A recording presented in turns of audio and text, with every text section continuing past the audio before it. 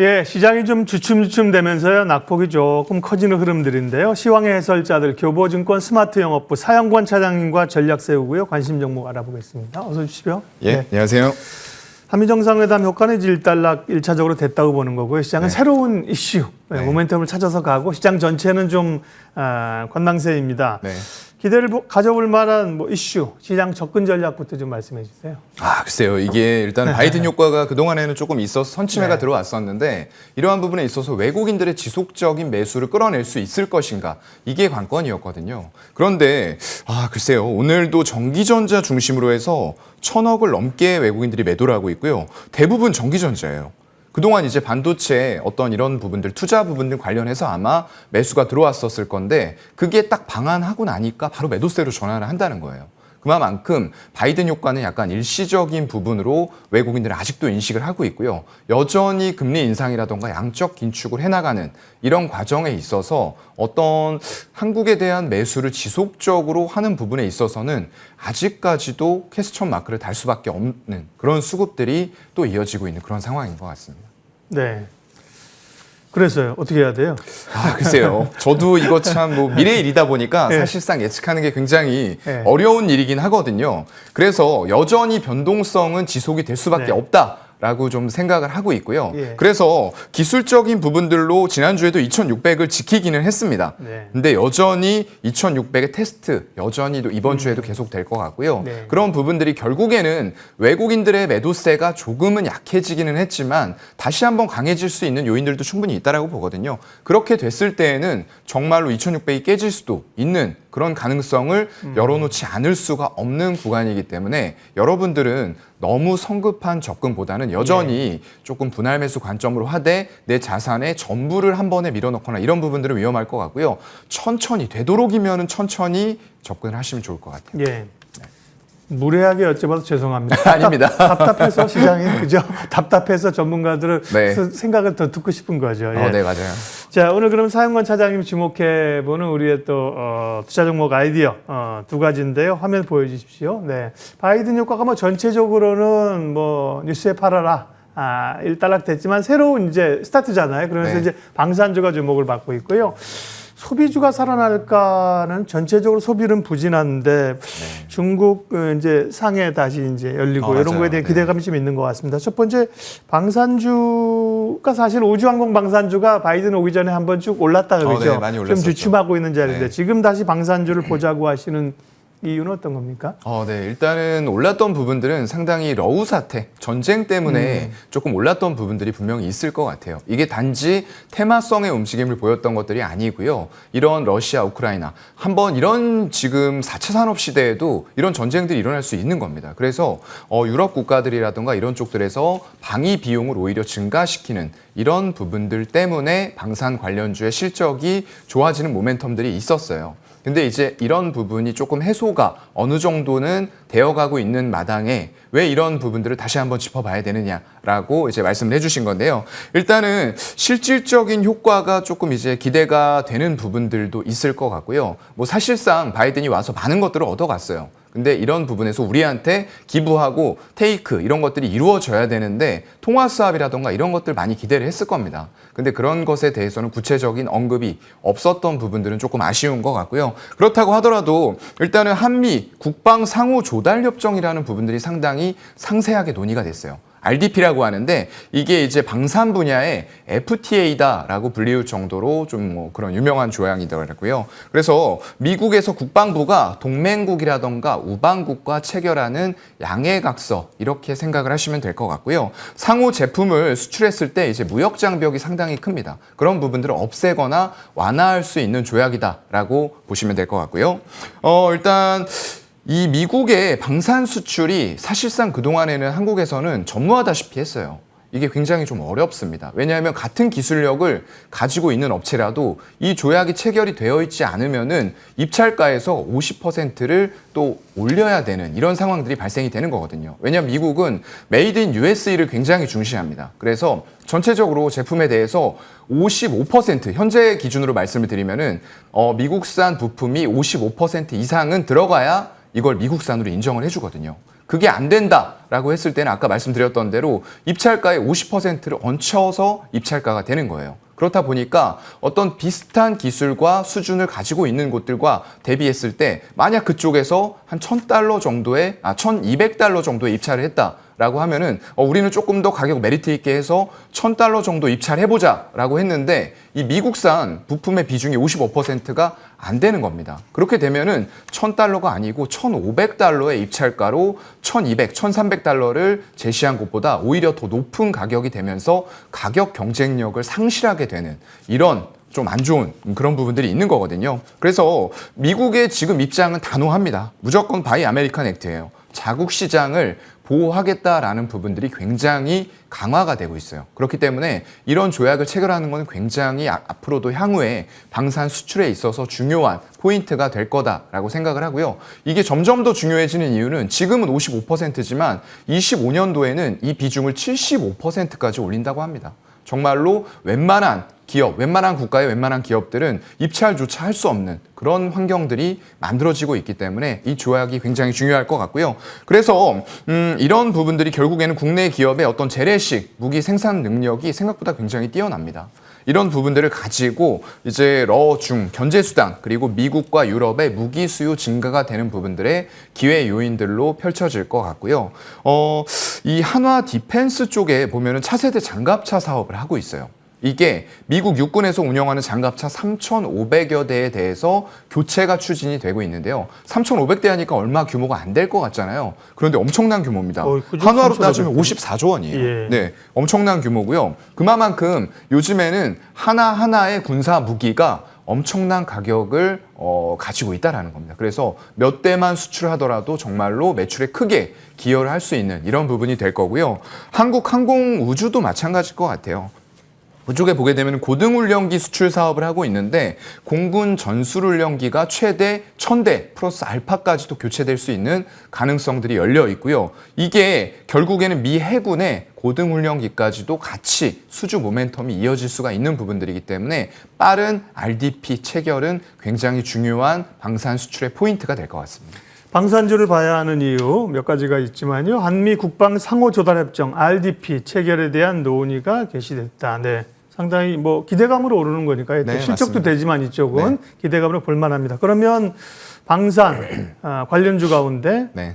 차장님 관심 종목은요? 네. 물론 기대감이긴 하지만 아마 바이든이 이번에 챙겨간 게 워낙에 많다 보니까 아마 기부도 많이 해줄 것 같아요. 그래서 예. 제가 볼 때는 이런 부분들 충분히 가능성이 있다라는 전제하에서 말씀을 드리고 있는 거고요. 네. 일단 제가 좀 오늘 말씀드리고 싶은 종목은 한국항공우주입니다. 뭐 가장 이제 중요한 우리나라의 방산 관련주 거기다가 이제 우주 항공까지도 아우를 수 있는 종목이 될 거고요.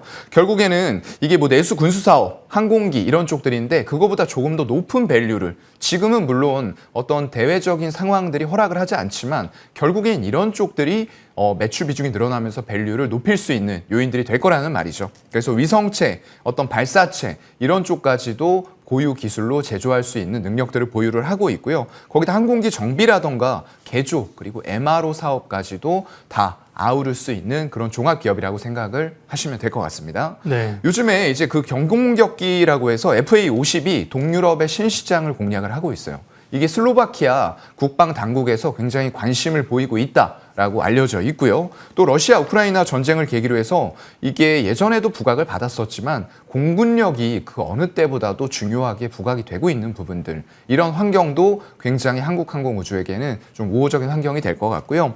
또 6월에 얼마 안 남았습니다. 이제 누리호 2차 발사가 또 있네요. 이런 것들은 좀 단기 이슈가 될 수도 있는데 만약에 성공한다라고 했을 때는 굉장히 또 큰 모멘텀이 될 수도 있는 거거든요. 이런 것들 같이 보시면 좋을 것 같고요. 또 이어서 7월에는 KF-21 초도 비행까지 있습니다. 스케줄이 정말로 줄줄이 잘 짜여져 있죠. 이런 시점에서는 많이 올라오긴 했지만 주봉이나 월봉으로 갔을 때는 제가 볼 땐 충분히 올라갈 자리가 있다라고 보이고요. 한화 에어로스페이스도 마찬가지일 것 같아요. 그래서 이런 기업들의 관심을 지금도 가져도 괜찮을 것 같다라는 관점으로 말씀을 드렸습니다. 한국항공우주는 뭐 최근에 우주항공주 가운데 가장 안정적으로 탄력있게 가는 종목이고요. 주가는 48,000원까지 와 있네요. 가격 전략 잠깐 봐주십시오. 네, 일단은 뭐 현재가 부근부터 조금의 조정을 염두에 두지 않을 수는 없을 것 같아요. 그래서 네. 45,000원 정도까지 열어놓고 분할 매수하시면 좋을 것 같고요. 목표가는 일단 65,000원 정도로 잡고 손절은 또 짧게 잡아야 되는 시장 환경인 만큼 종가상으로 45,000원 이탈하면 일단 매도 처리하고 추후에 다시 매수 시점을 노려보도록 하겠습니다. 사영관 차장님의 두 번째 이슈 보겠습니다. 앞서 뭐 방산에 대한 건 충분히 이해가 되는데 네. 소비주를 보자는 거는 약간 소비주? 지금 네. 뭐 경기가 침체돼 있고 중국도 맞아요. 봉쇄 상태고 네. 미국의 뭐 유통업체, 월마트, 타겟이 다 줄줄이 실적 밀려나서 급락인데 소비주를 예. 보자? 좀 의아합니다. 네. 소비 섹터 전체를 보자는 건 아니고요. 네. 그 중에서 이제 옥석 가리기를 한번 해보고 싶은데요.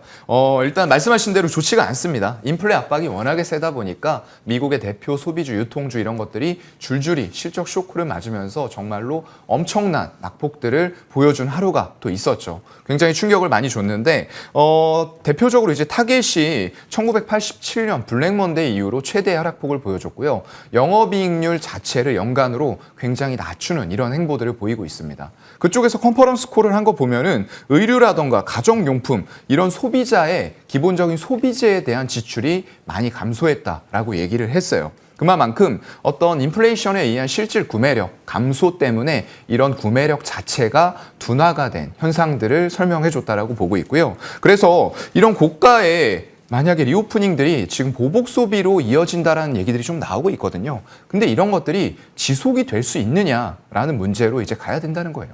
한번 보복 소비, 기저효과 이런 것들이 있을 수 있겠지만 고가 제품에 대해서는 그동안에 소비를 계속적으로 꾸준히 해오던 계층들에게는 문제가 안 될 거예요. 하지만 그 이하의 중산층 이하를 본다라고 하면은 그런 곳들에 대해서 꾸준히 소비가 일어날 수 있겠느냐? 저는 좀 아니라고 봅니다. 그래서 이런 환경, 금리가 올라가고 있는 이런 환경에서 더 허리띠를 졸라매고 영끌했던 부분들에 대한 이자 부담이 커지고 있는 이런 상황이거든요. 그래서 모든 섹터를 좋게 볼 수는 당연히 없다라고 생각을 하는 거고요. 최근에 보게 되면 이제 신용카드하고 리볼빙 미국에서 굉장히 증가가 되고 있어요. 그만큼 당장 갚을 수 있는 여력이 안 되니까 이거를 조금 끌어와서 쓰겠다. 이런 부분들이 더 생겨나는 거거든요. 그런 관점에서 일단 가계부채도 계속 증가를 하고 있고요. 거기다 공급망하고 운송 비용이 증가된 부분들도 어떤 유통이라던가 소비 관련된 기업들의 실적을 악화시키는 이런 요인들이 될 것 같습니다. 국내에서는 이제 리오프닝 소비와 관련해서는 최근에 이제 유통 쪽, 뭐 BGF 리테일이나 네. 편의점, 백화점, 뭐 식자재 뭐 이런 네. 쪽이 좀 관심을 받았는데 그러면 맞아요. 소비주 가운데 좀 압축하면 어떤 쪽으로? 네. 저는 일단은 지금 FNF라는 종목을 좀 꼽고 싶어요. 예. 의류주인데 이게 의류업체. 소비주로 연결이 될 수가 있는 부분들이 아까 말씀드렸던 대로 어떤 고가에 대한 계속적인 소비는 한정적일 것 같아요. 하지만 이쪽에서 대표적으로 하고 있는 게 이제 MLB 그 모자 이런 브랜드거든요. 네. 그쪽의 매출 신장률이 굉장히 좋습니다. 1분기 실적 보게 되면은 매출이 전년 동기 대비해서 57% 증가했는데 영업이익은 94%가 증가했어요. 그만큼 더 큰 영업 레버리지 효과가 나왔습니다. 물론 지금 중국에서 코로나 봉쇄 정책 때문에 이런 부분들이 1분기 실적에는 반영이 아직 안 됐어요. 그러면은 2분기에 본격적으로 반영이 될 겁니다. 그런데 이 업체 그리고 의류 쪽의 어떤 시즌을 보게 되면은 1분기와 3분기가 최대 성수기예요. 그리고 2분기는 전통적으로 비수기였습니다. 이런 부분들에 있어서 영향을 받는 부분들도 상당히 좀 제한적으로 나올 거다라고 생각을 하는 거고요. 일단 브랜드별 매출이 MLB에서 가장 크게 나오고 있어요. 근데 중국에서 일어나지 못했던 매출 비중을 오히려 내수에서 커버를 해주고 있다는 거예요. 그만큼 리오프닝 관련해서 이런 쪽들은 좀 쉽게 소비를 할 수 있는 가격대라고 저는 보고 있거든요. 그렇기 때문에 이런 브랜드에 대한 어떤 충성도 이런 것들을 보았을 때는 꾸준하게 모자를 하나 사고 말 건 아닐 거라고 봐요. 그리고 거기다가 요즘에는 부모님들만 입는 게 아니고요. MLB 키즈라인까지 나오면서 세트로 이렇게 같이 입는 현상들도 굉장히 많이 발생이 되고 있습니다. 그런 것들이 매출이 계속 신장되는 효과를 가져오고 있는 것 같고요. 디스커버리 매출 견조하고요. 듀베티카는 아직까지 매출 자체는 작습니다. 하지만 증가율을 보게 되면 전년 동기 대비해서 230%가 넘는 증가율을 보여주고 있어요. 그만큼 빠르게 또 하나의 기여를 할 수 있는 캐시카우가 확보가 되고 있다. 이런 관점으로 봐야 될 것 같고요. 사실 뭐 중국 봉쇄가 가장 중요할 것 같습니다. 예. 일단 4월부터 본격 반영되면서 2분기의 실적 불확실성으로 작용을 할 것 같은데요. 상해에서 북경까지 확대가 됐고 이런 부분들이 언제 풀리느냐 이런 게 가장 이제 중요한 포인트가 될 것 같은데요. 사실상 오프라인 매장의 매출 비중이 아직까지 중국에서 굉장히 좀 높은 편이에요. 근데 이런 것들이 봉쇄가 됐을 때에는 온라인 쪽으로 옮겨올 수 있다라는 부분들도 하나의 또 대안제가 될 것 같고요. 일단 뭐 최악을 가정을 했을 때에도 PER 단이 거의 내수 브랜드 수준밖에 안 돼요. PER 11배 정도로 추정이 되는데 그런 것들 훨씬 더 높은 밸류를 받는 게 맞는 브랜드라고 저는 좀 생각이 되거든요. 그래서 일단 매장 수 봤을 때에도 1분기 말 기준으로 봤을 때 중국의 560개 정도가 넘어선 것으로 파악이 되는데요. 연말까지는 이를 800개 이상으로 늘려나갈 계획이고요. 충분히 하반기 이후에는 중국의 코로나 봉쇄 정책이 어느 정도 풀리면서 이런 리오프닝 효과를 받을 수 있는 환경들이 만들어질 수 있다라고 보면서 FNF 안 좋을 때 매수 접근하자라는 관점으로 말씀드렸습니다. FNF 1분기 실적은 아주 좋았다. 네. 2분기 실적은 안 좋을 게 눈에 보인다. 그런데 주가는 빠졌다. 네. 주가가 선반영했다 이거죠, 그죠? 네, 맞습니다. 그러면 지금 주가 수준은 다만 이제 그렇게 하면 이게 시세를 주도하면서 갈 수 있는 주도주고는 아닌 거잖아요. 이제 말씀하신 많이 빠졌다는 걸 반영해서 올라올 여지가 얼마나 될까 좀 주가 판단해 주시죠. 글쎄요. 이제 하반기 이후에 어떤 중국의 코로나 봉쇄 정책이 정상화가 된다라고 했을 때는 충분히 지금 자리부터 저는 이제 매수가 가능할 거라고 보고 있고요. 한 하단은 만약에 말씀해 주신 대로 어떤 주도적인 섹터가 아니기 때문에 매크로적인 환경과 더불어서 주가 하락이 있을 수도 있다라는 전제를 깔고 가고요. 그렇게 되면 한 12만 원 정도까지 열어놓고 매수하는 전략 만약에 떨어져 준다고 했을 때요. 그렇게 매수 접근하시면 좋을 것 같고요. 목표가는 일단은 뭐 전고점 부근까지는 잡아보고 싶습니다. 19만 원까지 잡은 이후에 중국에서 얼마나 코로나 봉쇄 정책이 빠르게 풀리고 매출 기여를 재무제표로 인식시켜 주는지 이런 부분 따라서 추가 상향 여지도 충분히 있는 종목이라고 보고 있습니다. 예, 오늘 시황의 해설자들 교보증권 스마트 영업부 사영권 차장님과 함께했습니다. 고맙습니다. 네, 고맙습니다.